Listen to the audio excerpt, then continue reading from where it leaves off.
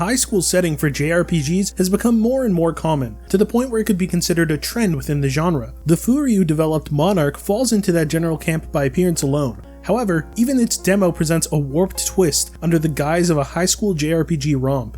The Monark demo is rather extensive, featuring most, if not all, of the first chapter. Players control a nameable protagonist before taking a quiz that reveals their ego. It's an engaging way to build player attachment, as these choices culminate in a result that impacts stat values. Afterward, several story-related characters are introduced alongside a few overviews of how combat works. There are various systems introduced, but the title takes its time rolling these out, also providing menus to dive into at leisure. Still, the basic premise of battles makes sense from the first encounter. Players control their characters on a map with limited movement range per turn. Many actions are usable, such as skills that require a minor HP sacrifice or attacks granting buffs at the cost of less damage. The descriptions for each skill are self-explanatory, presenting appreciative transparency every step of the way. Still, the feature I enjoyed most was the skill trees. Every character can learn and enhance their own set of moves, though the party shares the currency needed to do so. While initially frustrating, this does seem to make each acquisition more thought-provoking and meaningful than it would be if each party member had their own skill point pool. Moreover, there are repeatable battles in the demo, so players can take their time experimenting with the various skills, thereby ascertaining if this combat system is their cup of tea. Exploration might be a component of the journey that will be vital to progression, as there is a light puzzle present. It is rather simple, but I wonder if the full game will lean on this more. I reserve some hesitation about the blandness of exploration though, but these are just the beginning hours, so it's unfair to attribute these potential faults to the game as a whole. Moving on.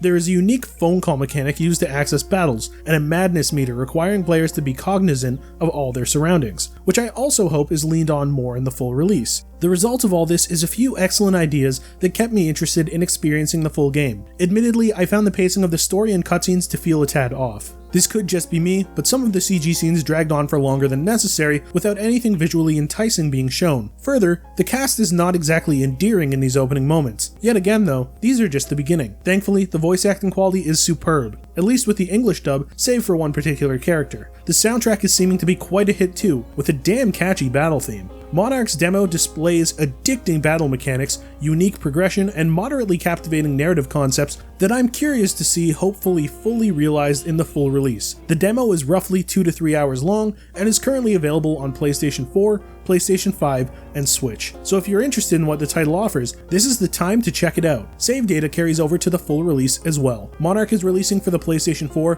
PlayStation 5, Nintendo Switch, and PC via Steam on February 22nd, 2022. Thanks for watching. Please read the full preview at noisypixel.net. Noisy Pixel is run by a group of gamers who work hard to deliver news, reviews, previews, and more. Please subscribe to keep up with all our future content.